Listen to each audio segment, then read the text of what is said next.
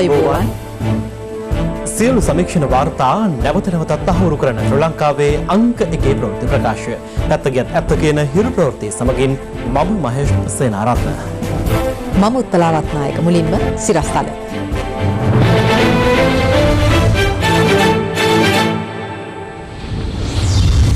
Corona 9 වැනි බිල්ල මෝදරින් මෝදර මෙත්සඳ සෙවන මහල් නිවාස සංකීර්ණයේ 1200ක් සුවැන් නිරෝධායනයට. අද ආසාදිතයින් 11 දෙනා අතරට කොළඹින් සිව් දෙනෙක්.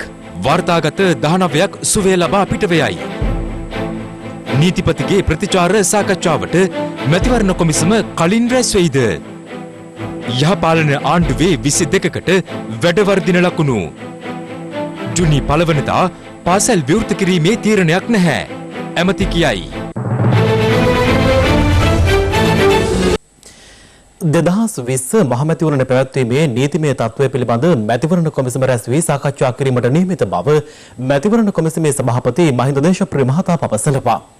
ඉදිරි මහමැතිවරණය පැවැත්වීම සම්බන්ධයෙන් නීතිය සඳහන් ක්‍රියාපටිපාටියට අනුව ක්‍රියා කළ යුතු බවට නීතිපතිවරයා ඊයේ මැතිවරණ කොමිසම වෙත යොමු කළ ලිපියට ප්‍රතිචාර දක්වමින් ඔහු මේ බව සඳහන් කළා. දවසේ පුවත ජනාධිපති ගෝඨාභය රාජපක්ෂ මහතා විසින් මාර්තු 2 වෙනිදා පාර්ලිමේන්තුව විසිරුවා හැරීමත් සමග මහමැතිවරණය සඳහා නාම යෝජනා බාර ගැනීම මාර්තු 12 වෙනිදා සිට 19 වෙනිදා දක්වා සිදු වුණා. නමුත් රට තුළ COVID-19 ව්‍යාප්තිය ආරම්භ වීමත් සමග රාජ්‍ය පරිපාලන හා ස්වදේශ කටයුතු අමාත්‍යවරයා විසින් අති විශේෂ ගැසට් නිවේදනයක් නිකුත් කරමින් මාර්තු 16, 17, 18 සහ 19 යන දින රජයේ විශේෂ නිවාඩු දින ලෙස ප්‍රකාශයට පත් කරනු ලැබුවා. එම දින විශේෂ නිවාඩු දින ලෙස ප්‍රකාශයට පත් වුවත් මැතිවරණය සඳහා නාම යෝජනා බාර ගැනීමේ ක්‍රියාවලිය සාමාන්‍ය පරිදි සිදු කෙරුණා. කෙසේ වෙතත් අදාළ දිනවල නාම යෝජනා බාර දීමෙන් අනතුරුව පසුගියදා දේශපාලන පක්ෂ නියෝජිතයන් මැතිවරණ කොමිසම සමග පැවති සාකච්ඡාවකදී සඳහන් කර ඇත්තේ රජයේ නිවාඩු දිනවල නාම යෝජනා බාර ගැනීම නීති අනුකූල නොවන බවයි. මේ සම්බන්ධයෙන් නීතිපතිවරයාගේ උපදෙස් විමසීමට මැතිවරණ කොමිසම් සභාව පසුගියදා තීරණය කළේ ඒ අනුවයි. ඊට ප්‍රතිචාර දක්වමින් නීතිපති දප්පුලද ලිබේරා මහතා මැතිවරණ කොමිසමේ සභාපති මහින්ද දේශප්‍රිය මහතාට ඊයේ ලිපියක් යොමු කර තිබුණා. එහි දැක්වුණේ 2020 මහමැතිවරණය සඳහා දැනටමත් කොමිසම විසින් නාම යෝජනා බාරගෙන ඇති බව හඳුනාගෙන ඇති බවයි. ඡන්ද විමසීම සඳහා ගනු ලැබූ පියවර පිළිබඳවත් බේවන විට නිරීක්ෂණය කර ඇති බැවින් මැතිවරණය පැවැත්වීමේදී නීතිය සඳහන් ක්‍රියාපටිපාටි අනුව ක්‍රියා කළ යුතු බව නීතිපතිවරයා සිය ලිපියෙන් දැනුම් දී තිබුණා. ඒ අනුව ගන්නා ඉදිරි ක්‍රියාමාර්ග පිළිබඳව අප මැතිවරණ කොමිසමේ සභාපති මහින්ද දේශප්‍රිය මහතාගෙන් විමසුවා. මාර්තු 17, 18, 19 තෙදින රජයේ නිවාඩු දිනයක් වීම පිළිබඳව යම්කිසි ගැටලුවක් තිබුණේද යන්න සම්බන්ධයෙන් නෛතිකාංශයෙන් කරන ලද විශ්ලේෂණයන් යනාදිය පිළිබඳව අපගේ කමිෂන් සභාවේ නීති අංශයත් පාර්ලිමේන්තු මැතිවරණ පිළිබඳව ක්‍රියා කරන අපිරේක මැතිවරණ කොමසාරිස්වරයා ඒ සම්බන්ධයෙන් සාකච්ඡා කළා. කමිෂන් සභාවට වාර්තාවක් නැත්නම් පත්‍රිකාවක් ඉදිරිපත් කිරීමට නියමිතයි. එම පත්‍රිකාව කමිෂන් සභාවේ සමාජයෙන් දෙදෙනාම විසින් සලකා බැලීමෙන් අනතුරුව අපේක්ෂකාංක ඡන්ද මධ්‍යස්ථාන යනාදී ගැසට් නිවේදනය නිකුත් කිරීමට කටයුතු කරනවා. කමිෂන් සභාවේ තිදෙනාම පොදු මතයකට එනකම් මේ පිළිබඳව ක්‍රියා කිරීමේ හැකියාවක් නැහැ. නිත්‍ය කමිෂන් සභාවේ නිත්‍ය රැස්වීම තැබීමට නියමිතව තියෙන්නේ මැයි මාසයේ 12 වෙනිදා. ඉදිරි මැතිවරණයේ නාම යෝජනා සම්බන්ධයෙන් උද්ගත වෙති මතභේදකාරී තත්ත්වය පිළිබඳව නීති විශාරදයන්ද විවිධ අදහස් පළ කරනවා. නීතිපතිතුමා ඔය කරුණු සියල්ල සලකා බලා පැහැදිලිව කියලා තියෙන දේ තමයි තමන්ලා විසින් මැතිවරණ නීතියට අනුව නාම යෝජනා පත්‍ර බාර අරගෙන තියෙනවා. ඒ නාම යෝජනා පත්‍ර බාර අරගෙන තියලා ඉතුරු කටයුතු කරගෙන ගිහිලා තියෙනවා. ඒ අනුව ඉදිරියටත් කරගෙන යන්න නිද්‍රාගත වෙච්ච පුද්ගලයන් සම්බන්ධයෙන් ක්‍රියා කරන්න බැහැයි කියන තත්ත්වය තමයි ඒකෙන් ඇඟ වෙන දේ. මැතිවරණ කොමිසමට තියෙන්නේ වහාම මැතිවරණය පැවැත්වන දිනේ සෞඛ්‍ය බලධාරීන්ගේ උපදෙස් අනුව ඒ පිළිබඳව ක්‍රියා කරන්නට කටයුතු කිරීම. මැතිවරණය පැවැත්වීමට අදාළව වුණත් නිවාඩු දිනේ නම් කරනු ලබන්නේ මැතිවරණය පවත්වන දිනේ නම් කළාට පස්සේ නම් එහෙනම් ඒකත් ක්‍රියාත්මක වෙන්නේ නැහැ. මොකද මැතිවරණ දිනේ නියම කළාට පසුව යම් නිවාඩු දිනයක් රජයේ විසින් ගැසට් කරනු ලැබුවොත් ඒක බලපවත්වන්නේ නැති බවට මැතිවරණ නීතියෙම කියලා තියෙනවා. හිරු ටීවී ඔස්සේ විකාශය වූ සලකුණ දේශපාලන වැඩසටහනට එක්වමින් හිටපු පාර්ලිමේන්තු මන්ත්‍රී ඩිලන් පෙරේරා මහතාද මේ සම්බන්ධයෙන් අදහස් පළ කළා. නාම යෝජනා වළංගුද නැද්ද? මම ගෙනාවා ලංකාවේ පාර්ලිමේන්තු මැතිවරණ 50 කිසිම ප්‍රශ්නයක් නැහැ. මොකද නාම යෝජනා දිනේට පබ්ලික් හොලිඩේ වළංගු වෙන්නේ නැහැ. ඒක වළංගු වෙන්නේ මැතිවරණයට. හැබැයි යම් කිසි විදියකින් ප්‍රසිද්ධ නිවාඩු දිනයක් නොවන දිනයක් නම් කරලා ඉවර වෙලා කොවිඩ් ප්‍රසංගිතේ හින්දා ඊට පස්සේ ඒක පබ්ලික් හොලිඩේ කළත් මැතිවරණයට බාධාවක් නෙවෙයි කියලා මේක කියන්නේ. මේ අතර COVID-19 වෛරසය ව්‍යාප්ත වීම අවසන් නොමැති බැවින් මේ අවස්ථාවේ මැතිවරණයක් පැවැත්වීම තුළින් පුරවැසියන්ගේ ජීවිත අනතුරට ලක්වන බැවින් ජූනි 20 වෙනිදා පැවැත්වීමට නියමිත මහ මැතිවරණය අවලංගු කරන ලෙස ඉල්ලා පසුගියදා මූලික අයිතිවාසිකම් පෙත්සමක් ඉදිරිපත් කර තිබුණා. ඒ මැතිවරණ කොමිසමේ සභාපතිවරයා ඇතුළු සමාජිකයන්, ජනාධිපති ලේකම්වරයා, සෞඛ්‍ය සේවා අධ්‍යක්ෂ ජෙනරාල්වරයා සහ නීතිපතිවරයා වගඋත්තරකරුවන් ලෙස නම් කරමින් ඒ අනුව මෙම මූලික අයිතිවාසිකම් පෙත්සම මැයි 11 වෙනිදා සලකා බැලීමට ශ්‍රේෂ්ඨාධිකරණය තීරණය කර තිබෙනවා. දවසේ පුවත පැරණි පාර්ලිමේන්තුව කැඳවීමට ඉල්ලීම් කරන්නේ පාස්කු ප්‍රහාරයට සම්බන්ධ පුද්ගලයන් සහ රටේ සිදු වූ මූල්‍ය වංචාවලට සම්බන්ධ පුද්ගලයන් බව හිටපු පාර්ලිමේන්තු මන්ත්‍රී ශේහාන් සේමසිංහ මහතා පවසනවා. මේ අතර පාර්ලිමේන්තුව නැවත රැස්වීම සම්බන්ධයෙන් සහ රටේ පවතින දේශපාලන තත්ත්වය පිළිබඳ පක්ෂ විපක්ෂ දේශපාලනඥයින් රැසක් අදත් විවිධ අදහස් පළ කළා.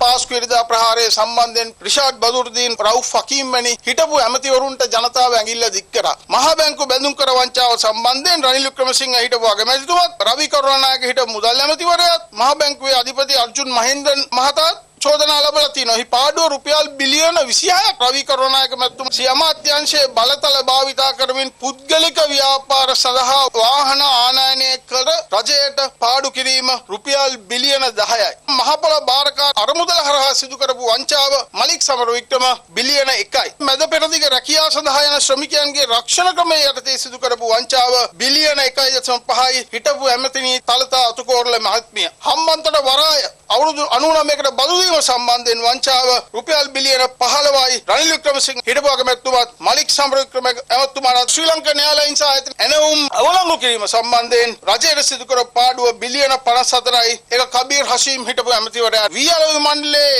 මගින් වෙළඳපොළට තෝරාගත් සමාගම් කිහිපයකට වී නිකුත් කිරීම සම්බන්ධයෙන් හැරිසන් ඇමතුමා රුපියල් බිලියන 10යි රජයට සිදු පාඩුව. මෙන්න මේ වංචාකාරයෙන් මේ පාර්ලිමේන්තුව කැඳවන්න කියලා බරපතල ඉල්ලීමක් කරනවා. මම නම් අතර පාර්ලිමේන්තුව කැඳවන්න කැමති නැහැ. ජනතාවගේ තියෙනවා ඒකට ලොකු අප්‍රසාදයක්. ජනතාවගේ අප්‍රසාදයක් තියෙනවා. අපිට නම් කිසිම උවමනාවක් නැහැ පාර්ලිමේන්තුවේ යන්න. ආණ්ඩුවට පුළුවන් නම් මේ කළමනාකරණය කරගන්න හැටි මම නම් පාර්ලිමේන්තුව කැඳවන්නට අකමැතියි. මැතිවරණයට මුහුණ දෙන්න ශක්තියක් නැති හින්දා COVID-19 වසංගතය පාවිච්චි කරන්න බලනවා. නැවත පාර්ලිමේන්තුව කැඳවගෙන උන්ගේ අලුත් තත්ත්වයක් හදාගන්න. පාර්ලිමේන්තුව ආපහුව මාස දෙකකට රැස් කරන්න කියලා කියන්නේ පාර්ලිමේන්තු මැතිවරණයේ තියෙන දෙයක් විතරයි. දවස් කිහිපයකට කලින් රට විනාශ කරන, රට පාවා දෙන, කුමන්ත්‍රණ කරන සුමන්දිරන් ඊයේ හරිම මිත්‍රශීලී හරිම හොඳයි. හනි රකින්න අරලේ ගහමන්දට ආපු නිසා. මේක ජාතික ප්‍රශ්නයක්. ඒ නිසා තමයි සිවිල් පක්ෂවල ඒව කැඳෙව්වේ. ජාතික වැඩපිළිවෙල ගැන දැනුවත් කරන්න. එක කණ්ඩායමක් ආවා, අනික් අය ආවේ නැහැ. ඒක ඉතින් ඒ අයගේ බියගුළු ක්‍රම.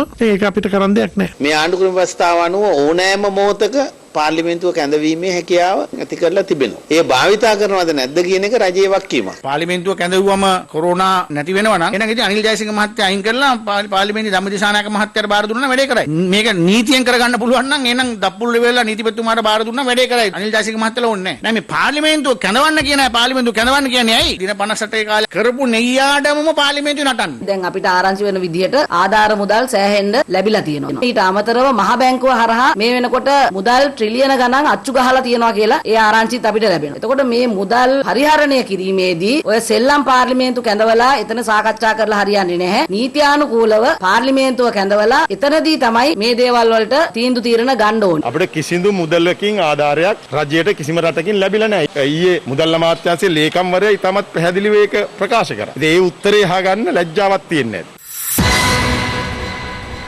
මෙරට COVID-19 ආසාදිත නවවන මරණය අද වාර්තා වුණා.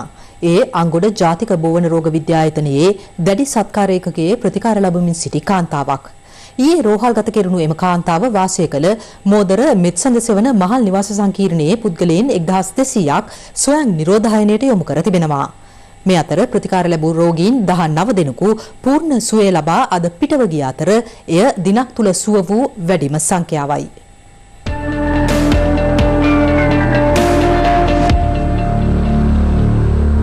අද ජීවිතක්ෂයට පත් වුණේ කොළඹ 15 මෝදර මෙත්සඳ සෙවන මහල් නිවාස සංකීර්ණයේ පදිංචිව සිටි වයස අවුරුදු 52ක කාන්තාවක්. ඇය ශ්වසන අපහසුතාවක් හේතුවෙන් ඊයේ කොළඹ ජාතික රෝහලට ඇතුළත් කර ඇති අතර එහිදී සිදු කළ PCR පරීක්ෂණයේදී COVID-19 ආසාදිත බව තහවුරු වී තිබෙනවා. ඒ අනුව අදාළ කාන්තාව අදාළුවේම අංගොඩ ජාතික බෝවන රෝග විද්‍යායතනය වෙත මාරු කර යවුණත් අද දහවල් ඇය ජීවිතක්ෂයට පත් වුණා. ආසාදිත කාන්තාවගේ සමීපතමයන් 15 දෙනෙකුද PCR පරීක්ෂණයට යොමු කෙරුණා. අනතුරුව ඔවුන් නිරෝධායනය සඳහා අද දහවල් කන්දකාඩු මධ්‍යස්ථානයේ වෙත රැගෙන ගියා. එම කාන්තාව ළඟින් ඇසුරු කළ පුද්ගලයන් සහ ඥාතීන් පිරිසක් යුද හමුදාවේ මැදිහත් වීමෙන් නිරෝධායන මධ්‍යස්ථාන වෙත යොමු කිරීම සඳහා කටයුතු කරන ආකාරය ඔබට පසකින් මේ දැක බලා ගන්නට හැකියාව ලැබෙන්නේ. ඒ අනුව මෙත්සඳ සෙවන නිවාස සංකීර්ණය සහ රන්දිය උයන නිවාස සංකීර්ණයේ පිරිසක් තමයි යුද හමුදාවේ මැදිහත් වීමෙන් නිරෝධායන මධ්‍යස්ථාන වෙත යොමු කිරීමට මෙලෙස පියවර ගන්නේ. මෙත්සඳ සෙවන මහල් නිවාස සංකීර්ණයේ පදිංචිකරුවන් 6 දෙනෙකු හා රන්දිය උයන මහල් නිවාස සංකීර්ණයේ පදිංචිකරුවන් 9 දෙනෙකු ඒ අතර වනවා.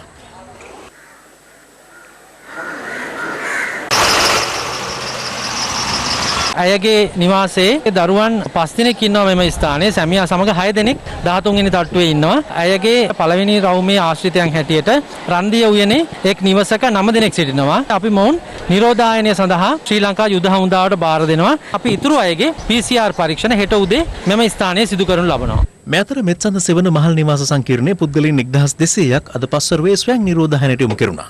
මෝදර මහජන සෞඛ්‍ය පරීක්ෂක කාර්යාලය සඳහන් කළේ මේගිය කාන්තාවගේ සැමියා පසුගිය දින කිහිපයේ මොදරවට ප්‍රදේශවල ත්‍රිරෝද රථයකින් බේකරි නිෂ්පාදන අලෙවි කිරීමේ ව්‍යාපාරයක නිරතව සිට ඇති බවයි. මේගිය කාන්තාවගේ දේහය පිළිබඳ අවසන් කටයුතු ජාත්‍යන්තර නිරෝධායන රෙගුලාසි අනුව කොටිකාවත්ත පොදු සුසාන භූමියේදී අද පස්වරුවේ සිදු කෙරුණා.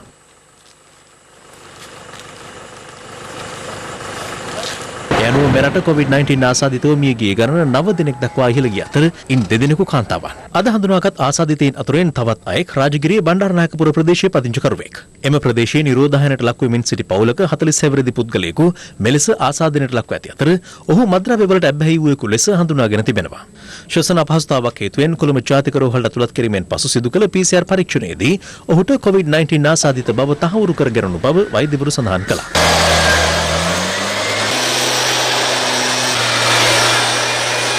අපි දැනටමත් නිරෝධායනයට ලක් කළ නිවසක් මීට දවස් 7කට කලින් ස්ථාන 50ක අපි අඳුරගත්තා.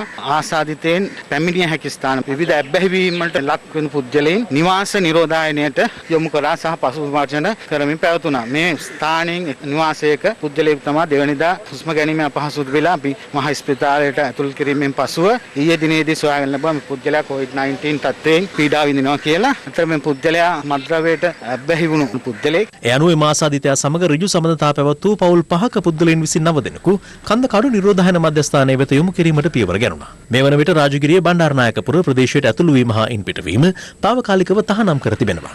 COVID-19 ආසාදිත බවට කොළොන්නාව සාලමුල්ල ප්‍රදේශයෙන් අද හඳුනාගනු ආසාදිතයා 39 හැවිරිදි පුද්ගලයෙක්. ඔහු පාදයක ඇති වූ රෝගී තත්ත්වයක් හේතුවෙන් කොළඹ ජාතික රෝහලට ඇතුළත් කර ඇති අතර එහිදී සිදු කළ පරීක්ෂාවේදී COVID-19 ආසාදිත බවට තහවුරු වී තිබෙනවා.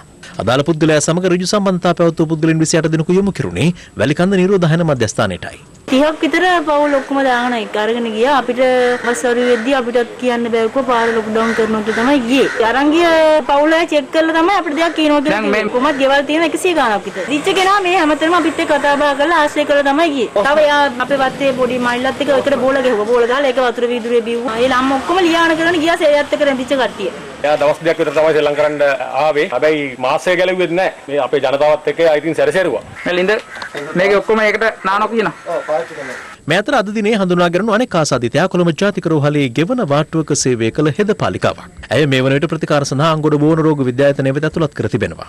මාළඹේ ප්‍රදේශයේ පදිංචිකාරණයක් වන ඇයගේ පවුලේ සමාජිකයින්ද PCR පරීක්ෂණයට යොමු කර ඇති බව වෛද්‍යවරු සඳහන් කළා. කෙසේ වෙතත් අද හඳුනාගනු ආසාදිතයින්ට වෛරසය ආසාදනය වුණේ කෙසේදයි මෙතෙක් තහවුරු කර නොගත් බව සෞඛ්‍ය අංශ පවසනවා.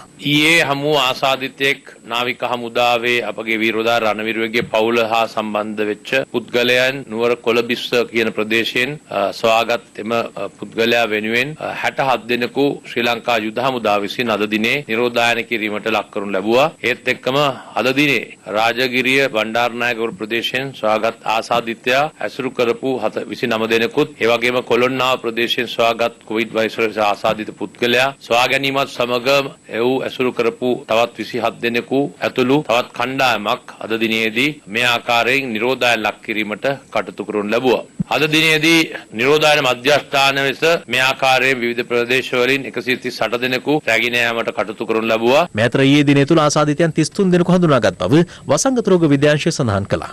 ඉන් 31 දෙනෙකුම වැලිසර නාවික හමුදා කඳවුරේ සෙබළුන් වන අතර අනෙක් දෙදෙනා නිරෝධායන මධ්‍යස්ථානයක් වෙත යොමු කර සිටි ඔවුන්ගේ සමීපතමයින්.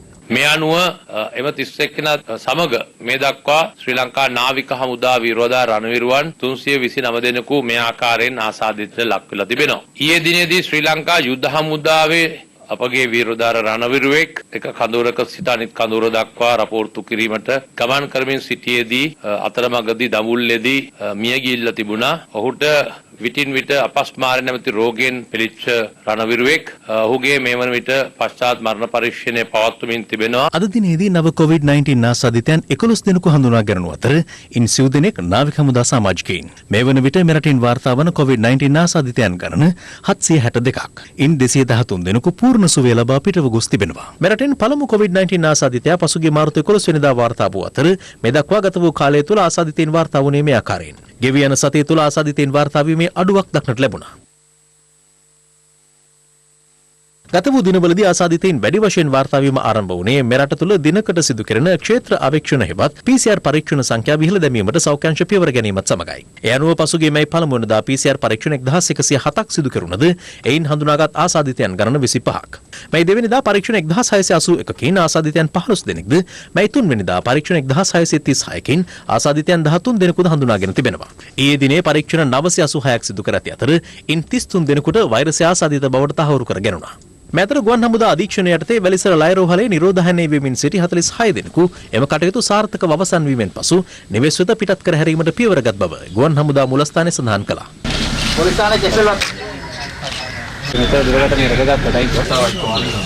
මේ අතර විදේශයන්හි සිටින ලේඛනගත නොකළ ශ්‍රමිකයන් වෙත తాවකාලිකව ගමන් බලපත්‍ර නිකුත් කිරීමේ ක්‍රමවේදයන් සම්බන්ධයෙන් ආගමන හා විගමන දෙපාර්තමේන්තුව එකඟතාව පළ කර තිබෙනවා. ඒ විදේශ සම්බන්ධතා අමාත්‍යාංශය, නිපුණතා සංවර්ධන, රැකියා හා කම්කරු සම්බන්ධතා අමාත්‍යාංශය සහ ශ්‍රී ලංකා විදේශ රැකියා නියුක්ති කාර්යාංශය අතර පැවති සාකච්ඡාවකින් අනතුරුවයි. කුවේටයේ සහ ජෝර්දානයේ විසින් දැනට ප්‍රකාශයට පත් කර ඇති පොදු සභාව හා මාලදිවයිනේ සිටින සංක්‍රමණික ශ්‍රමිකයින් මුහුණ දෙන අවදානම මෙන්ම ඊට පිළියම් යෙදිය හැකි ක්‍රියාමාර්ග පිළිබඳවද මෙහිදී සාකච්ඡා වූ බව විදේශ සම්බන්ධතා අමාත්‍යාංශය සඳහන් කළා. මෙතර COVID-19 ගෝලීය වසංගතය හමුවේ විදේශයන්හි රැඳී සිටින ශ්‍රී ලාංකිකයින් මෙරටට ගෙන්වා ගැනීමේ මෙහෙයුම මේ දිනවල ක්‍රියාත්මක වනවා.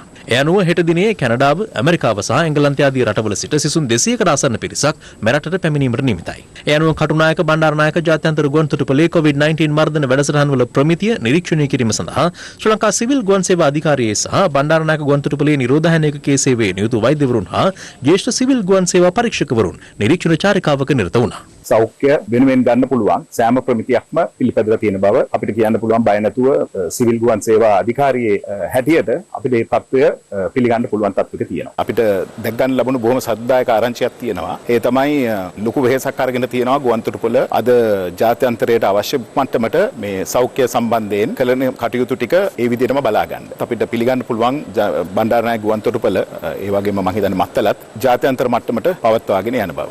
අප මේ බණ්ඩාරනායක ජාත්‍යන්තර ගුවන්තොටුපළේ සෑම අවස්ථාවකම සූදානම් වී සිටිනවා. අපගේ ශ්‍රී ලාංකික දූදරුවන් එසේම රාජ්‍ය නිලධාරීන් ශ්‍රී ලංකාවට පැමිණි විට ඔවුන් සියලු දෙනාගේම ඒ අවශ්‍ය සෞඛ්‍ය පහසුකම් සලසලා ඒ අනිකුත් සෞඛ්‍යයට අදාළ අනිකුත් අවශ්‍යතාවයන් කටයුතු කිරීමෙන් පස්සේ ඔවුන් ගුවන් තොටුපළෙන් මුදා හැරීමට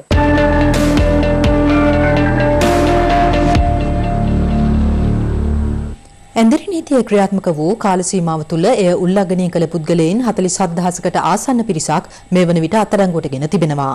මේ අතර ඇන්දරි නීතිය හේතුවෙන් ගම්බිම් බලා යාමට නොහැකිව කොළඹ දිස්ත්‍රික්කයේ රැඳී සිටි 700 දෙනෙකු අද සිය ගම්බිම් බලා පිටත් කර යවුනේ පොලිසියේ මැදිහත් වීමෙන්.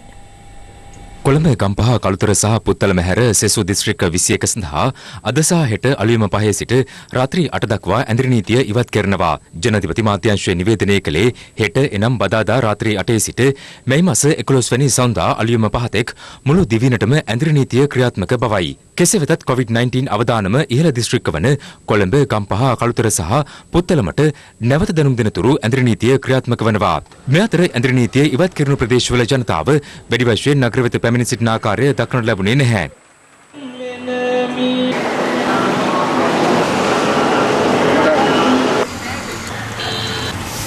කෙසේ වෙතත් ඇඳරි නීතිය ක්‍රියාත්මක කරනු මෙන්ම ලිහිල් කරනු සියලුම ප්‍රදේශ ආවරණය වන පරිදි පොලිසිය සහ මහජන සෞඛ්‍ය පරීක්ෂකවරුන් රාජකාරිවල නිරත වන ආකාරය අප වාර්තාකරුවන්ගේ කැමරාවල මෙලෙස සටහන්ව තිබුණා. මෙතන ඉන්නේ ඔක්කොම කට්ටිය ඇතුළේ. දැන් ඇතුළේ යනකොට අපි කියලා දෙන අසේනිය වාසකම් තියන්නේ කොහොමද? සිංක එක සයිකල් නැහැ. ඕකෙන් මේ කෝල් දෙන්නේ ඔක්කොම වතුර ගලාගෙන. ඊට පස්සේ ඕවා ගිහින් බලවලු ගිහින් වතුර බෝ. දැන් ඊළඟ දින පස්සේ තමයි ඩෙන්ගු. ඇඳරි නීතිය පැනවීම හේතුවෙන් සිය ගම්බිම්බලා යාමට නොහැකි වූ පිරිස් නැවත ගම්බිම්බලට යොමු කිරීමේ වැඩසටහනේ දෙවන අදියර අද මිරිහාන පොලිස් ක්‍රීඩාංගණයේදී පැවැත්වුණේ බස්නාහිර පළාත බහර ජ්‍යෙෂ්ඨ නියෝජ්‍ය පොලිස්පති දේශබන්දු තෙන්නකොන් මහතාගේ ප්‍රධානත්වයෙන් මෙහිදී නුගේගොඩ පොලිස් කොට්ටාසයට ඇත් පොලිස් වසම් 15ක පුද්ගලයන් 700 දෙනෙකු සිය ගම්බිම් කරා පිටත් කර යවුණා. මේ අවස්ථාව ගන්න බොහොම සන්තෝෂයි. මොකද අපි අමාරුවෙන් හිටියේ කැම්පින් කරගෙන අඩුවක් කරගෙන උනේ නැහැ. තව මේ වගේ හීර වෙලා ඉන්නවනම් එයාලටත් මේ chance එක දෙන්න කියලා මම මේ රජයෙන් ඉල්ලනවා. යන්න බැරි වේද කියලා හිතනවා. අපෙන් ගෙදරට යන්න ලැබෙච්ච එක සන්තෝෂයක්. කියා ගන්න බැරි සන්තෝෂයක් තියෙන්නේ අතිගරු ජනාධිපතිතුමාට දෙකරි වගමැතිතුමාට මේ උතුම් වූ ත්‍රිවිධ හමුදාවට අපි මෙහි පිට දැකපු දෙවිවරු. මාස් නැද්ද අපි ගාව? ඒ සුබදන් ඉඳපුවා මාස් එකක් දාගන්න. එරවල. ගමේ ගිහිල්ලත් මේ දෙන උපදේශවල ඉන්න ඕන. පැහැදිලිව මෙයාට උපදේශ දීලා තියෙන්නේ. අම්බිම් වල ගිහිල්ලා ඉවරලා නෑදෑගේ වල එහෙම නැත්නම් විනෝද උත්සව ආදී වල සහභාගී වීමකින් තොරව තමන්ගේ පවුලේ සමාජිකින්ට පමණ සීමා වෙලා පවුලේ සමාජිකයෝ අතරත් මේ අය තමන්ගේ කාමරයකට එහෙම නැත්නම් එක ස්ථානෙට ඉඳලා දවස් 14ක් කාලයක් ගත කරපුවාම ඒ අවිජිතත්වය නැති කරගන්න පුළුවන්. පොලිසිය අධීක්ෂණය කරනවා මේ අය නිසියාකාරව ස්වයං නිරෝධායන ඉන්නවාද කියලා. ඒ වගේම මහජන සෞඛ්‍ය පරීක්ෂණවලට අධීක්ෂණය. මේ අතර ජුනි මාස පළමු වනදා සිට අධීර කිහිපයක් යටතේ පාසල් විවෘත කරන බවට පළවන වාර්තාවන්හි කිසිදු සත්‍යතාවක් නැතයි අධ්‍යාපන අමාත්‍ය ඩලස් අලාපෙරුම් මහතා පවසනවා. පාසල් නැවත ආරම්භ කිරීමේ තීන්දුව දේශපාලන තීන්දුවක් නෙමෙයි. ඒක අධ්‍යාපන ඇමතිවරයාට හෝ අධ්‍යාපන අමාත්‍ය නිලධාරීන්ට තනියම ගන්න පුළුවන් තීන්දුවක් නෙමෙයි. තීන්දුව ගත යුතු වන්නේ සෞඛ්‍ය අමාත්‍යාංශයේ නිර්ණායක නිර්දේශ වලට අනුව. 11 වෙනිදා පටන් ගන්න කියලා මුලින් තීරණය කළා තිබුණේ නමුත් 11 වෙනිදා පටන් ගන්නවා කියලා කියන එක ප්‍රායෝගික නෑ කියලා. තව දින කීපයකින් පුළුවන් වේවි නිශ්චිත වශයෙන්ම කොයි වගේ කාල සීමාවකද මේක විවෘත කරන්න පුළුවන් වෙන්නේ කියලා තීන්දුව කරන්න. මම දැක්ක ඊයේ මාධ්‍ය ප්‍රවෘත්තියක් යා මේ 13 වෙනිදා විදුහල්පතිවරුන් කැඳවන්නට ගුරුවරුන් කැඳවන්නට අධ්‍යාපන අමාත්‍යාංශය තීන්දුව කළා තියෙනවා කියලා. ඉසුරුපායේ තියෙන ශ්‍රී ලංකාවේ අධ්‍යාපන අමාත්‍යාංශය නම් එහෙම තීන්දුවක් කරන්නේ නැහැ. දරුවන්ට අදාළ කාරණාවලදී සංවේදීව ප්‍රවෘත්ති වාර්තා කරන්න කියලා කියන එකත් මම මේ මොහොතේ ඉල්ලීමක් කරනවා. ඇඳරි නීති ඉවත් කරන ප්‍රදේශවල මගී ප්‍රවාහනයේදී බස් රථවල ආසන ගණනට මගින් ගෙන යාමේ හැකියාව සම්බන්ධයෙන් සෞඛ්‍ය බලධාරීන්ගෙන් විමසීමක් කළ බව ප්‍රවාහන සේවා කළමනාකරණ අමාත්‍ය මහින්ද අමරවීර මහතා අද උඩහමුල්ල ඩිපෝ පරිශ්‍රයට පැමිණි අවස්ථාවේදී ප්‍රකාශ කළා. 11 වෙනිදා තීන්දුව කළා තියෙන්නේ විශේෂයෙන් බස්නාහිර පළාත තුල රාජ්‍ය ආයතන වලටත් පෞද්ගලික ආයතන වලටත් අවශ්‍ය ප්‍රවාහන පහසුකම් ලබා දෙන්න. ඇඳරි නීතිය සම්පූර්ණ ඉවත් වෙන ප්‍රදේශවල අපි උත්සාහ කරනවා අනිත් අයටත් ඒ ප්‍රවාහන අවශ්‍යතා සම්පූර්ණ කිරීම සඳහා අවශ්‍ය පියවර ගන්න. මම අදම උපදෙස් ලබා දුන්න අමාත්‍යාංශ ලේකම්වරයාට සෞඛ්‍ය අමාත්‍යාංශයේ අධ්‍යක්ෂ ජෙනරාල්වරයාගෙන් විමසන්න කියලා බස්වල සීට් ගානට මගින් ප්‍රවාහනය කිරීමේ හැකියාවක් තියෙනවද කියලා. ඒ නිර්දේශය ලැබුණොත් පෞද්ගලික අංශයේ සියලුම බස් රථ ධාවනය සඳහා යොදවන්නේ ඒගොල්ලෝ සූදානමින් ඉන්නවා. ලබන 11 වනදා සිට රාජ්‍ය හා පෞද්ගලික ආයතනවල සේවයට කැඳවන අත්‍යවශ්‍ය සේවකින් ප්‍රවාහනය කිරීම සඳහා විශේෂ දුම්රිය ධාවන වැඩපිළිවෙලක් ක්‍රියාත්මක කරන බව දුම්රිය දෙපාර්තමේන්තුව පවසනවා. මේ අර්ථයේ ධාවනය කරන දුම්රියවල ගමන් කළ හැක්කේ ආයතන ප්‍රධානීන් විසින් සේවයට කැඳවන දුම්රිය ප්‍රවේශලාභී සේවකීන්ට පමණක් වන අතර එම සේවකීන්ට දුම්රිය ප්‍රවාහන පාසුකම් සපයා ගැනීම සඳහා අදාළ ආයතනය විසින් සේවක ලැයිස්තුවක් දුම්රිය මූලස්ථානයට ලබා දිය යුතුයි. මෙසේ ගමන් ගන්නා මගීන්ට අදාළ දුම්රිය මග හැරුණොත් වෙනත් විකල්ප දුම්රියක් නොලැබෙන බවද දුම්රිය දෙපාර්තමේන්තුව පවසනවා. ඊට අමතරව මුඛ ආවරණ පැළඳීම, මීටර 1 දුරස්ථභාවය පවත්වා ගැනීම, දුම්රිය ස්ථානයට ඇතුළු වීමේදී සබන් යොදා අත්සෝදා ගැනීම කිසිදු හේතුවක් මත තමන්ට වෙන් කළ ආසනයේ හැර වෙනත් ආසනයක ගමන් නොකිරීම ඇතුළු කොන්දේසි කිහිපයක්ද පනවා තිබෙනවා. මේ අතර මේ වන විට වසා තමා ඇති රූපලාවන්‍යාගාර නැවත විවෘත කිරීමට දාල සාකච්ඡාවක් සෞඛ්‍ය මාත්‍ය පවිත්‍රා වන්‍යාරච්චි මහත්මියගේ ප්‍රධානත්වයෙන් සහ එම ක්ෂේත්‍රයේ වෘත්තිකින් පිරිසකගේ සහභාගීත්වයෙන් පැවැත්වුණා. මෙහිදී උපදෙස් දී ඇත්තේ සේවා සැපීමේදී කොණ්ඩා කැපීම ඇතුළු අත්‍යවශ්‍යම සේවාවන් සඳහා පමණක් සීමා කිරීමට පියවර ගන්නා ලෙසටයි. උන්ගේ ඉල්ලීම වූයේ මේ රූපලාවන්‍යාගාර පටන් ගැනීම සඳහා රජයේ සහයෝගය ලබා දෙන්න කියලා. ඒ ඉල්ලීම සලකා බලමින් අපි අද රූපලාවන්‍යාගාර ඇරීමට අවස්ථාව ලබා දුන්නා. මේ අවසරය අපි ලබා දුන්නා. ආදරෙන් ඉල්ලා හිටිනවා මේ ඊටාම් වගකීමකින් මේ වෘත්තීය කටයුතු කරන්න කියලා. මේ අතර විශ්‍රාම වැටුප් ගෙවීම දිවින පුරා තැපැල් කාර්යාලවලදී සිදු කෙරුණා. වැඩිහිටි දීමනාව ලබා ගැනීම සඳහා අද හැටන් තැපැල් කාර්යාලයට පැමිණි ජනතාවට එම දීමනාව හිමි නොවූයේ ගිනිගත් හේන ප්‍රාදේශීය ලේකම් කාර්යාලය මගින් ඊට අදාළ චෙක්පත ලැබී නොතිබීම හේතුවෙන්. අඩු ආදායම් ලාභීන්ට රාජ්‍ය විසින් සපයනු ලබන රුපියල් 5000 දීමනාව අද ප්‍රදේශ රැසකදී ලබා දුන්නා. බොහෝ ප්‍රදේශවල එම දීමනාව නිවෙස් වලටම ගොස් ලබා දෙන ආකාරය දක්නට ලැබුණා. අපි කිසි කෙනෙකුට අසාධාරණයක් වුණොත් මේ මුදල බෙදා හැරලා තියෙනවා. කිසි කෙනෙකුට කියන්න දෙයක් නැහැ, දේශපාලන ભેදයක් නැහැ, ಜಾති ભેදයක් නැහැ. මේක ඉතා අඟනා ලෙස සේවයක් කර ඔබතුමාට ඉතාම ස්තුතියි. මේ වෙලාවේ මේ දෙයිය දුන්නු දෙයක් වගේ තමයි හොඳේ. කිසිම කරදරයක් නැතුව ගෙදර ළඟටම ඇවිල්ලා රුපියල් 5000 ලබා දුන්නා. කොහොමද අපි දැන් මේ අතේ තියෙන දේවල්ෙන් තමයි මේ රටේ කාගේ ජීවත් වෙන්නේ. මේක ලොකු සහනයක් ඇත්තට මේ කරපු වැඩේදී. රජයෙන් ලැබෙන රුපියල් 5000 අද ලැබුණා. ඒක ලොකු උදව්වක් ආණ්ඩුවෙන් කරපු. දැන් මාස කමාර වැඩි නිකන් මේ අම්මිට ලොකු දෙයක් මේ රාජ්‍යයේ. මේ අතර පානදුර දිග්ගල ප්‍රදේශයේදී රුපියල් 5000 දීමනාව ප්‍රමාද වීම හේතුවෙන් උණුසුම් තත්වයක් ඇති වුණා. ඔයා දැන් 6 දින කිල්ලෙන් කියලා 6 දිනකට දෙන්නට වවුචර් ගන්න ඕනේ නැහැ. මේ සෞන්දර්ය ඔක දෙන්න නැත්නම් ඔයක මාසේ කාමාරක් දින්සින් මේ. තව පොඩ්ඩක් ඉන්න කියනකොට මාසේ කාමාර කොහොමද? ඕගොල්ලෝ යම් මුදල් ගෙවුවා ඕගොල්ලෝ අතන ගෙවන්න දෙයයි. එතනින් ඊනොට මේ මුදල් වලට වග කියන්න ඕනේ මම. කලබල කරොත් මේක නවත්තලා ප්‍රාතිජලේ කම්පියුටර් දමු දීලා මම මේ රාජකාරියෙන් අයින් වෙනවා. කළුතර උතුර බොට්නික් පත්ත 713 සී ග්‍රාම සීමා වසමේ රුපියල් 5000 දීමනාව ලබා ගැනීම සඳහා අභියාචනා ඉදිරිපත් කළ පුද්ගලයින්ට එම දීමනාව අද ලබා දීමට නියමිතව තිබුණත් වෙනත් ප්‍රදේශයකින්ද 1000 පිරිසක් පැමිණීම හේතුවෙන් උණුසුම් තත්වයක් ඇති වුණා. ගම්වැසියන් චෝදනා කළේ වෙනත් ප්‍රදේශවලින් පිරිස් පැමිණීම හේතුවෙන් COVID-19 ව්‍යාප්ත වීමේ අවදානමක් පවතින බවයි. ඇති වූ උණුසුම් තත්වයේ හේතුවෙන් කිසිදු පුද්ගලයෙකුට රුපියල් 5000 දීමනාව හිමි වුණේ නැහැ. මේ අතර රුපියල් 5000 දීමනාව ලබා දීමේ වැඩපිළිවෙලින් ඉවත් වන බව එක්සත් ලංකා ග්‍රාම සේවා නිලධාරීන්ගේ සංගමය පවසනවා. අපි කිසිම දෙයක් මේකදී බලාපොරොත්තු වෙන්නේ නැහැ. ජනතාව වෙනුවෙන් කටයුතු කරන්න පමණයි අපි බලාපොරොත්තු වෙන්නේ. අපිව විවේචනය කරනවා දිගින් දිගට. හැබැයි මේ தත්ත්වය පැහැදිලි කරන්න කිසිම නිලධාරියෙක් කිසිම මැමතිවරයෙක් ඉදිරිපත් වුන්නේ නැහැ. අපි මේ කටයුත්තෙන් අයින් වෙන බව තමයි මේ අවස්ථාවේදී ප්‍රකාශ කරන්නේ. ජනතාව අපහසුතාවට පත්වන ලෙස කිසිදු අවස්ථාවක සිය සේවා කටයුතු වලින් ඉවත් නොවන බව සමස්ත ලංකා නිදහස් ග්‍රාම නිලධාරීන්ගේ සංගමය අද මහනුවර පැවති ප්‍රවෘත්ති සාකච්ඡාවකදී ප්‍රකාශ කළා. මේගොල්ලෝ ඊයේ ආපහු කියනවා අපි සේවයෙන් ඉවත් වෙනවා කියන. මේක මහා හාස්‍යයට ලක් වීම කරුණක්. මේක මේ රටේ මහ ජනතාවට කරන ලොකු කෙනෙහිලිකමක්. මේ අවස්ථාවේ පීඩාවට වෙච්ච ජනතාව වෙනුවෙන් අපි අපේ වෘත්ති සංගමය එවැනි වෘත්ති ක්‍රියාමානයක අපි අරගෙන නැහැ.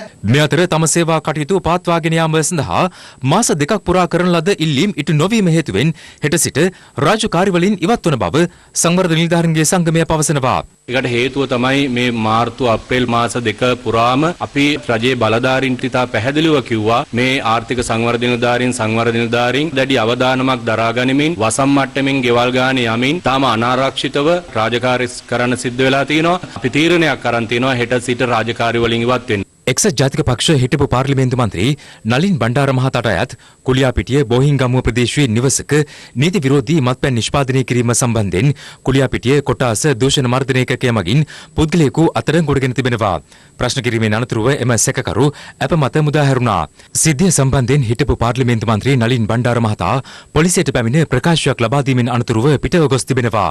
මේ අතර අද පෙරවරු 6 අවසන් වූ පැය 24 තුළ ඇඳරි නීතිය උල්ලංඝනය කළ පුද්ගලයින් 558 දෙනෙකු අත්අඩංගුවටගෙන තිබෙනවා. පොලිස් මාධ්‍ය කොට්ටාසය පැවසුවේ රථ වාහන 139ක්ද පොලිස් භාරයට ගැනුණු බවයි. ඒ අනුව ඇඳරි නීතිය ක්‍රියාත්මක කරනු සමස්ත කාල සීමාව තුළ එය උල්ලංඝනය කළ පුද්ගලයින් 46842 දෙනෙක් අත්අඩංගුවට පත්ව තිබෙනවා. පොලිස් භාරයට ගැනුණු වාහන සංඛ්‍යාව 12152ක්.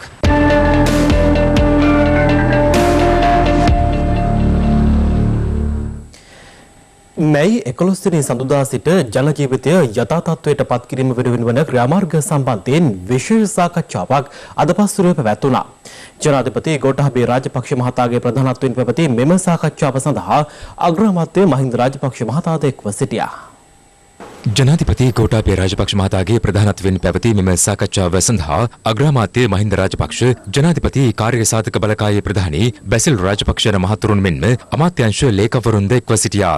කොළඹ කළුතර ගම්පහ සහ පොත්තලම දිස්ත්‍රික්කවල දෛනික ජන ජීවිතය සහ ආයතනික ක්‍රියාකාරීත්වය මැයි මාස 11 වෙනි සඳුදා සිට යථා තත්ත්වයට පත් කිරීම සඳහා වන ක්‍රියාමාර්ග සම්බන්ධයෙන් මෙහිදී සාකච්ඡා වී තිබෙනවා.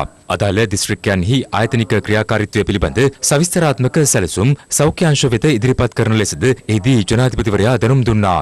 පොදු ප්‍රවාහන කටයුතු නියමිත සෞඛ්‍ය ක්‍රමවේද අනුගමනය කරමින් පවත්වාගෙන යාමේ වැදගත්කම අවධාරණය කළ ජනාධිපතිවරයා එහිදී පෙන්වා දී ඇත්තේ ආයතනයන්හි කාර්ය මණ්ඩල සඳහා ප්‍රවාහන සේවා සැපීමේ සැලසුම් ක්‍රියාත්මක කිරීමද ඉතා වැදගත් බවයි.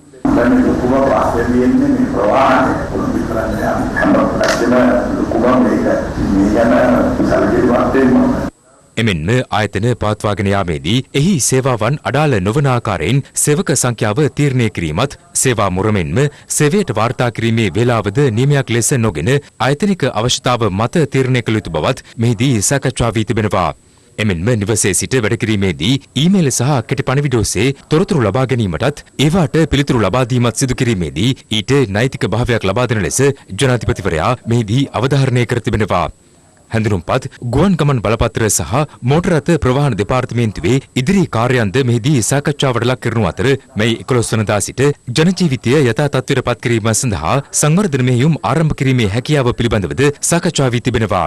එමෙන්ම මීඋන සහ ඩෙංගු වැනි රෝගාශ්‍රිතව ඉදිරියේදී පැන නැගිය හැකි සෞඛ්‍ය ගැටලු පිළිබඳවද දැඩි අවධානයක් යොමු කරන ලෙස ජනාධිපතිවරයා අදාළ අංශ වෙත උපදෙස් ලබා දී තිබෙනවා.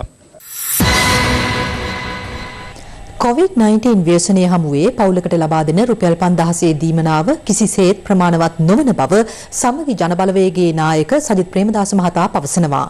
මේ අතර එක්සත් ජනතා නිදහස් සන්ධාන හිටපු පාර්ලිමේන්තු මන්ත්‍රී මහින්දානන්ද අලුත්කමගේ මහතා පැවසුවේ පාස්කු ප්‍රහාරයේදී වන්දි පිරිනැමීමට නොහැකි වූ ආණ්ඩුවක සමාජිකයින් සහනාධාර සම්බන්ධයෙන් වත්මන් ආණ්ඩුවට චෝදනා කරන බවයි. මසකට රුපියල් 5000ක දීමනාව කිසිසේත්ම ප්‍රමාණවත් වන්නේ නැtei කියන එක මම කියන්නට කැමතියි. 4 දෙනෙක් ඉන්න පවුලකට අවම වශයෙන් ආහාර අනුභව කරලා පමණක් හෝ ජීවත් වීම සඳහා 20000ක මුදලක් ලබා දෙන්නට රජය කටයුතු කළ යුතුමයි. කාරුණික විල්ලීමක් කරනවා සහන වැඩපිළිවෙල දේශපාලනීකරණය කරන්නේ නැතුව ලබා දෙන්නට කටයුතු කරන්නයි කියලා. අපි දුටුව පහුගිය දිනවල විවිධ රැස්වීම් කැඳවලා තිබෙනවා. ඒ රැස්වීම් වලට ලොකු මුදල් වැය කරලා තිබෙනවා. ඇත්ත වශයෙන් මේ වගේ රැස්වීම් අපිට අවශ්‍ය නැහැ. ඒ සියලුම මුදල් රටේ ජනතාවගේ සුබ සාධනය වෙනුවෙන් කැප කරන්න. ඒ වගේම PCR ටෙස්ටිං ප්‍රමාණය වර්ධනය කරන්න. කොරෝනා සටනේ ඉදිරියේම සිටින ආරක්ෂක අංශවලට, සෞඛ්‍ය ශාස්ත්‍රයේ නිලධාරීන්ට ආරක්ෂක උපකරණ සහ මෙවනම් සඳහා ඒ අරමුදල් කැප කරන්නයි කියලා මම ඉල්ලීමක් කරනවා. අද සජිත් ප්‍රේමදාස මහත්තයා මොනවද මේ කතා කරන්නේ? කිතුණු බැතිමතුන්ට පල්ලි වලට ගහපු වෙලාවේ වන්දියක් දෙන්න බැරි වුණා. ජනතාවට සහන දෙන්න බැරි වෙච්ච ආණ්ඩුව අද සහන දෙන්න කතා කරනවා. පවුල් ලක්ෂ 72කට ජනාධිපති කාර්යසාධක බලකාය හරහා ආධාර ලබා දෙනවා. අනුපවුල් වලට එක පවුලට 10000 ලැබිලා තියෙනවා. එක පවුලට 18500ක් ලැබිලා තියෙනවා. 5000ට අමතරව සමෘද්ධිය 3500යි, වැඩිහිටි ආධාරය 5000යි, වකුගඩු ආධාරය 5000යි. මේ ආණ්ඩුව තරම් සහන ආධාර දීපු ආණ්ඩුවක් ඉතිහාසයේ කවදාවත් දැකලා නැහැ. විදුලි බිල ගෙවන්න එපා කියලා තියෙනවා. වතුර බිල ගෙවන්න එපා කියලා තියෙනවා. දුරකථන බිල ගෙවන්න එපා කියලා තියෙනවා. ෆිනෑන්ස් ගෙවන්න එපා කියලා තියෙනවා. බැංකු ණය ගෙවන්න එපා කියලා තියෙනවා. රාජ්‍ය සේවකයට ගෙදර ඉන්න කියලා තියෙනවා. වැටුප නිකම් දෙනවා. මෙහෙම සහන ආධාර දීපු ආණ්ඩුවක් ලොවෙත් නැහැ, ලොවි ගහෙත් නැහැ, ගහ මුලත් නැහැ, දෙල් කඳ පොලෙත් නැහැ. යහපාලන ආණ්ඩුවේ හිටපු අමාත්‍යවරුන් ඇතුළු 22 දෙනෙකුට එරෙහිව ලබන 11 වෙනිදා නඩු පැවරීමට රාජ්‍ය පරිපාලන අමාත්‍යාංශය තීරණය කර තිබෙනවා. ඒ සිය දුරවලින් ඉවත් වුවද ඔවුන්ට ලබා දුන් ඇමති නිල නිවාස බාර නොදීම හේතුවෙන්. පසුගිය යහපාලන ආණ්ඩුවේ සහ ජාතික ආණ්ඩුවේ විවිධ අමාත්‍ය දුර සහ වෙනත් නිලතල දරු 22 දිනකට එරෙහිව මෙලෙස නඩු පැවරීමට බලාපොරොත්තු වන බව රාජ්‍ය පරිපාලන අමාත්‍යාංශය සඳහන් කළා. මෙම සියලු දෙනාටම අදාළ නිවාස බහර දෙන ලෙස අවසන් නිවේදනය පවා නිකුත් කර ඇති අතර ඒ පිළිබඳ නොසලකා තවදුරටත් එම නිවාස භාවිත කරමින් සිටින බවටයි වාර්තා වන්නේ. යහපාලන රජයේ ප්‍රබල අමාත්‍යවරයෙකු වූ රවුෆ් හකීම් මහතාට ලබා දී ඇති බෞද්ධාලෝක මාවතේ පිහිටි නිවස මෙතෙක් බහර දී නොමැති අතර හිටපු අමාත්‍ය චන්ද්‍රානි බණ්ඩාර මහත්මියට ලබා දී ඇති ඇමති නිල නිවසද මෙතෙක් බහර දී නැහැ. හිටපු නියෝජ්‍ය අමාත්‍ය නලින් බණ්ඩාර මහතාට ලබා දී ඇති හෙක්ටර් කොබ්බැකඩුව මාවතේ පිහිටි නිවස එම් මාවතේම පිහිටි හිටපු නියෝජ්‍ය අමාත්‍ය එඩ්වඩ් ගුණසේකර මහතාට ලබා දී ඇති නිවස මෙන්ම ලෝරිස් නිවාස සංකීර්ණයේ පිහිටි හිටපු නියෝජ්‍ය අමාත්‍ය දුනේෂ් ගංකන්ද මහතාට ලබා දී ඇති මෙම නිවසද මෙතෙක් බහර දීමට කටයුතු කර නැහැ. එමෙන්ම හිටපු රාජ්‍ය අමාත්‍යවරුන් වන ලක්ෂ්මන් සෙනෙවිරත්න සහ අමීර් අලි යන මහතුරුන්ගේ කැප්පෙටිපොළ පාරේ පිහිටි නිවාස මෙන්ම ස්කෙලටන් පාරේ පිහිටි ජේ.සී. අලවතෝල මහතාට ලබා දී ඇති නිවසද තවමත් පවතින්නේ ඔවුන්ගේ බහරයේ. මේ අතර ලෝරිස් නිවාස සංකීර්ණයේ පිහිටි ඇමති නිල නිවාස ලබා දී ඇති හිටපු රාජ්‍ය අමාත්‍යවරුන් 5 දෙනෙකු මෙතෙක් එම නිවාස බහර දීමට කටයුතු කර නැහැ. ඒ අශෝක අබේසිංහ, චම්පිකා ප්‍රේමදාස, වඩිවේල් සුරේෂ්, එච්.එම්.එම්. හාරිස් සහ ෆයිසල් කාසිම් යන මහතුරුන්. විසුරුවා හරන ලද පාර්ලිමේන්තුවේ නියෝජ්‍ය කාරක සභා සභාපති දුරේ හෙබ වූ දෙමළ ජාතික සන්ධාන හිටපු පාර්ලිමේන්තු මන්ත්‍රී සෙල්වම් අඩේකලනාදන් මහතාද මෙතෙක් ඔවුන්ට ලබා දී තිබූ ඇමති නිල නිවස බහර දී නැහැ. මේට අමතරව රවීන්ද්‍ර සමරවීර සහ අබ්දුල් හලීම් යන හිටපු අමාත්‍යවරුන්ද ඔවුන්ට ලබා දුන් නිල නිවාස මෙතෙක් බහර දීමට කටයුතු කර නොමැති බව රාජ්‍ය පරිපාලන අමාත්‍යාංශය පවසනවා. රාජ්‍ය පරිපාලන අමාත්‍යාංශය පවසන්නේ සිය අමාත්‍ය දුර වලින් වසර කිහිපයකට පෙර ඉවත්වද තවමත් රජයේ නිවාස භාවිතා කරන දේශපාලනඥයින් පිරිසකටත් එරෙහිව ඉදිරියේදී නඩු පවරන බවයි. ඔවුන් අතර එක්සත් ජාතික පක්ෂය සහ ශ්‍රී ලංකා නිදහස් පක්ෂය එක්ව පිහිටුවාගත් ජාතික ආණ්ඩුවේ අමාත්‍යවරුන් වූ ෆයිසල් මුස්තාෆා හා චන්දිම වීරක්කොඩි යන මහත්වරුන්ද වනවා. එමෙන්ම හිටපු නියෝජ්‍ය අමාත්‍ය දුලිප් විජේසේකර සහ රාජ්‍ය අමාත්‍ය ටී.බී. ඒකනායක යන මහත්වරුන්ද තවමත් භාවිතා කරන්නේ ඇමති නිල නිවාසයි. මේ අතර හිටපු රාජ්‍ය අමාත්‍යවරයෙකු මෙන්ම නැගෙනහිර පළාත් හිටපු ආණ්ඩුකාර MLAM හිස්බුල්ලා මහතාද රාජ්‍යයෙන් ලබා දුන් ඇමති නිවස බහර දී නොමැති අතර හිටපු ජනාධිපති මෛත්‍රීපාල සිරිසේන මහතාගේ ව්‍යාපෘති අධ්‍යක්ෂවරයෙකු ලෙස කටයුතු කළ ජගත් පුෂ්පකුමාර මහතාද මෙතෙක් නිල නිවස බහර දී නොතිබීම විශේෂත්වයක්. රාජ්‍ය පරිපාලන අමාත්‍යාංශය සඳහන් කළේ මේ සියල්ලන්ට අදාළ නිවාස බහර දීම සඳහා මාස 3ක කාලයක් ලබා දී තිබූ බවයි. COVID-19 වසංගතයේ හේතුවෙන් මොවුන්ට එරෙහිව නඩු පැවරීමේ කටයුතු ඇනහිට තිබූ බවත් ලබන 11 වෙනිදා එහි ඉදිරි පියවර ගන්නා බවත් එම අමාත්‍යාංශය ප්‍රකාශ කළා. ගෙවතු වගා ව්‍යාපෘතිය වත්මන් COVID-19 වසංගත කාලයට පමණක් සීමා නොකොට ඉදිරියට පවත්වාගෙන යා යුතු බව කෘෂිකර්ම අධ්‍යක්ෂ ජනරාල් ආචාර්ය WMW වීරකෝන් මහතා පවසනවා. COVID-19 හමුවේ කෘෂිකර්මාන්තයට එල්ල වී ඇති බලපෑම් පිළිබඳ රට සහ හෙට වැඩසටහනට එක්වෙමින් ඔහු මේ බව සඳහන් කළා.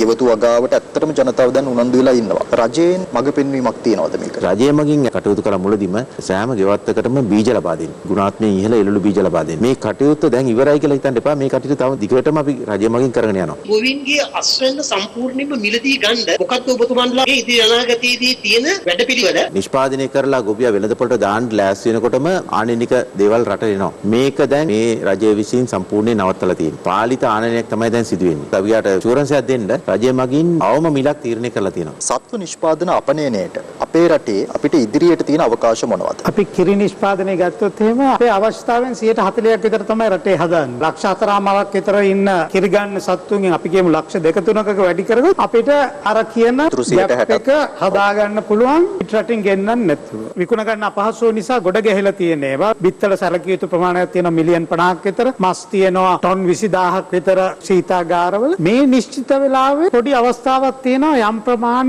ගොඩාක් ලාභයක් නැතුව වුණත් අපනයනය කරන්න.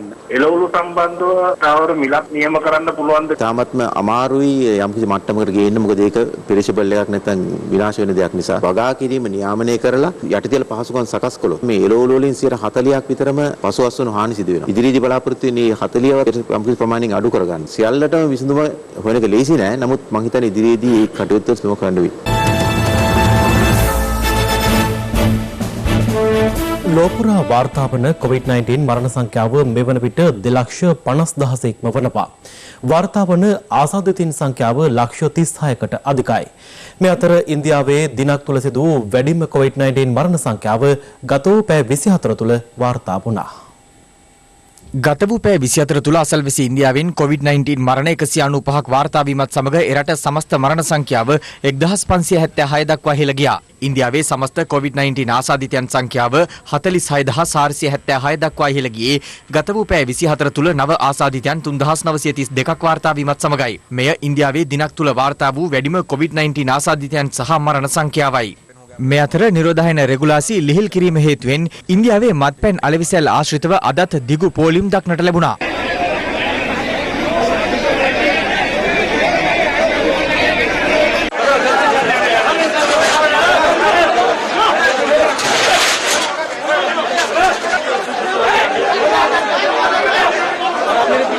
වෛරසයෙන් වැඩිම බලපෑමක් එල්ල ඇති ඇමරිකාවෙන් ගත වූ පැය 24 තුල ආසාදිතයන් 24713ක් වාර්තා වීමත් සමග එරට සමස්ත ආසාදිතයන් සංඛ්‍යාව 12,12955 දක්වා ඉහළ ගියා. ඇමරිකාවෙන් වාර්තා වන COVID-19 මරණ සංඛ්‍යාව 69428ක්. තත්වය එසේ වුවද ඇමරිකාවේ නිරෝධායන රෙගුලාසි ලිහිල් කරන ලෙසට බල කෙරෙන විරෝධතා තවදුරටත් ක්‍රියාත්මකයි.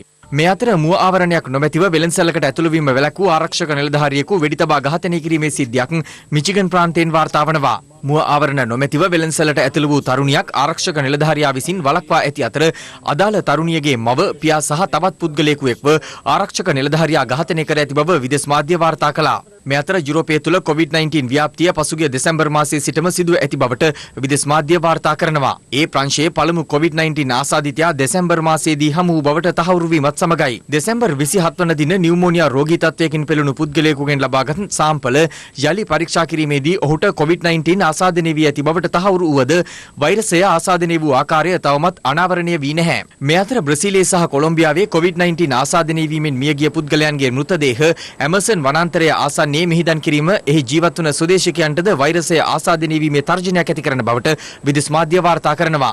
මේ අතර ඕස්ට්‍රේලියාවේ අමාත්‍ය මණ්ඩල රැස්වීම සඳහා නවසීලන්ත අග්‍රාමාත්‍ය ජසින්ඩා අර්ඩන් වීඩියෝ තාක්ෂණයේ ඔස්සේ සහභාගී වී ඇති බව විදේශ මාධ්‍ය වාර්තා කළා. අසල්වැසි රාජ්‍යයක් ලෙස නවසීලන්තය COVID-19 පාලනයේදී ගත් අත්දැකීම් සහ ක්‍රියාමාර්ග බෙදා ගැනීමේ අරමුණින් ඕස්ට්‍රේලියානු අග්‍රාමාත්‍ය ස්කොට් මොරිසන් මෙලෙස නවසීලන්ත අග්‍රාමාත්‍යවරියට ආරාධනය කර තිබෙනවා. නවසීලන්ත අග්‍රාමාත්‍යවරයෙකු ඕස්ට්‍රේලියාවේ අමාත්‍ය මණ්ඩල රැස්වීමක් සඳහා සහභාගී වී ඇත්තේ වසර 75කට පසුව වීම විශේෂත්වයක්. නවසීලන්තයෙන් COVID-19 ආසාදිතයන් 1486ක් වාර්තා වන අතර සිදුව ඇති මරණ සංඛ්‍යාව 20ක්. COVID-19 වෛරසයෙන් ලොව පුරා වාර්තා වන ආසාදිතයන් සංඛ්‍යාව මේ වන විට 36,59,103 දක්වා ඉහළ ගොස් ඇති අතර සිදුව ඇති මරණ සංඛ්‍යාව 2,52,573 දක්වා ඉහළ ගොස් තිබෙනවා. මේ අතර COVID-19 සඳහා එන්නතක් නිපදවීම සහ ඊට අදාළ පර්යේෂණ සඳහා යුරෝපා සංගමය සහ සෞදි අරාබිය, ජපානය සහ කැනඩාව ඇතුළු රටවල් රැසක් ඇමරිකානු ඩොලර් බිලියන 8ක අරමුදලකට දායකත්වය දීමට ඉදිරිපත්ව තිබෙනවා. කෙසේ වෙතත් ඒ සම්බන්ධව ඊයේ පැවති සාකච්ඡාවකට ඇමරිකානු නියෝජිතයන් සහභාගී වීම ප්‍රතික්ෂේප කළ අතර වෛරසය ආරම්භය සිදු වූ බවට විශ්වාස කරන චීනය වෙනුවෙන්ද සහභාගී වූයේ එරට යුරෝපා සංගමයේ තානාපතිවරයා පමණයි. මේ අතර COVID-19 වෛරසයේ මූලාරම්භය චීනයෙන් සිදු වූ බවට දිගින් දිගටම චෝදනා කරන ඇමරිකානු ජනාධිපතිවරයා ඊයේ සඳහන් කළේ ඒ සඳහා ප්‍රමාණවත් සාක්ෂි තමන් සතු බවයි. කෙසේ වෙතත් ඒ සම්බන්ධයෙන් නිශ්චිත සාක්ෂි ඇමරිකාව තමන්ට ලබා දී නොමැති බව ලෝක සෞඛ්‍ය සංවිධානය පවසනවා. We have not received any data or specific evidence from the US government relating to the purported origin of the virus. So we focus on the evidence we have from the sequencing. From all that we have been advised is the virus itself is of natural origin. COVID-19 ව්‍යාප්තියත් සමග දැඩි දුෂ්කරතා මැද සරණක් අවසිව සිටින අපේම ජනතාව වෙනුවෙන් ක්‍රියාත්මක රට වෙනුවෙන් හිරු සහන යාත්‍රා ක්‍රියාන්විතය ගම්නගර සිසාරා සාර්ථකව ක්‍රියාත්මක වුණා. ඊට සමගාමීව පොදු ස්ථාන විෂ බීජ හරණය කිරීම ඇතුළු වැඩසටහන් කිහිපයක් අද දිනයේත් ක්‍රියාත්මක කෙරුණා.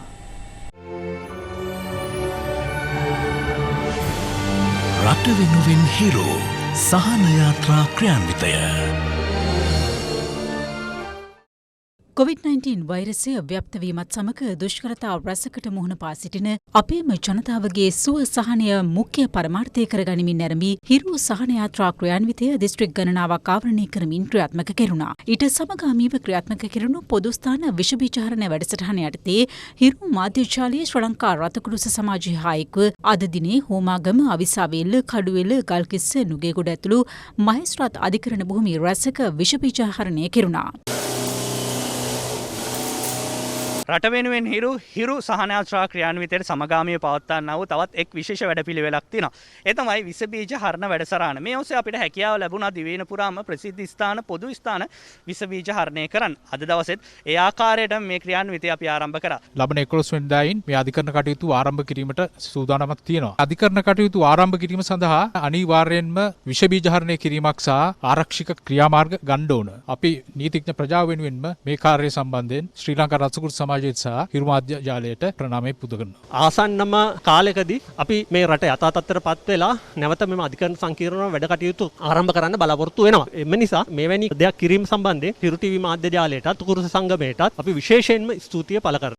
මෙතර COVID-19 වෛරසය ආසාදනය වීමේ වැඩි අවධානමක් ඇති වැඩිහිටියන් ඉන් ආරක්ෂා කර ගැනීමේ අරමුණින් හිරු මාධ්‍යජාලය ආරම්භ කළ විෂ බීජ හරණය කිරීමේ වැඩසටහන් අදත් ක්‍රියාත්මක වුණේ පාදුක්ක ප්‍රදේශය ආවරණය කරමින්. වැඩිහිටි නිවාස විෂ බීජ හරණය කිරීමේ වැඩසටහන යටතේ අද පාදුක්ක ප්‍රදේශයේ පිහිටි දුරේක්ෂා මාපිය සෙවණ හා ශ්‍රී සිරේ සෙනෙහසේ නවාතන වැඩිහිටි නිවාසය විෂ බීජ හරණය කෙරුණේ මෙලෙසින්.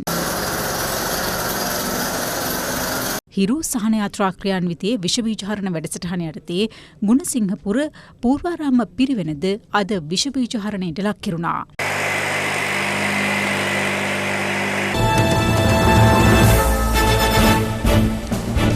මීට සුළු මොහොතකට පෙර මෙරටින් තවත් COVID-19 ආසාදිතයින් තිදෙනෙකු හමු වුණා. ඒ අනුව මෙරටින් වාර්තා වන සමස්ත COVID-19 ආසාදිතයින් ගණන 765ක්. දැන් තවත් දේශීය පුවත් කිහිපයක් සමගින් රටවටා හිරු. රටවටා හිරු.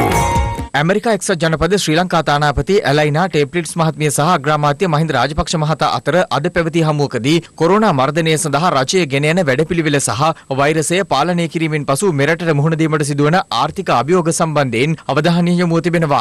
නාවික හමුදා සේවයේ නියුතු පුත්‍රයා නිවසේ සංගවා සිටින බවට පවසමින් වාරියපොළ නෑටිය ප්‍රදේශයේදී ඔහුගේ පියාට සහ සහෝදරයාට පහර දීමේ සිද්ධිය සම්බන්ධයෙන් අත්අඩංගුවට ගත් ගම්වාසීන් 5 දෙනෙකු අද වාරියපොළ දිසා අධිකරණය වෙත ඉදිරිපත් කිරීමෙන් පසු හෙට දක්වා රක්ෂිත බන්ධනාගාරගත කර තිබෙනවා. තංගල්ල කුණුකල්ලිය ජලාශයේ මසුන් දින කිහිපයක සිට මියගොස් ඇති අතර මේ හේතුවෙන් දීවර ජනතාව පීඩාවට පත්ව සිටිනවා. යාල ජාතික වනෝද්‍යානයේ කැබිලිත්ත ප්‍රදේශයේ හේන් වගාලින්දකට වැටී සිටි මාස 2ක පමණ වන අලිපැටවෙකු කොටියාගල වනජීවී නිලධාරීන් විසින් බේරා ගැනීමට මෙලෙස කටයුතු කළා.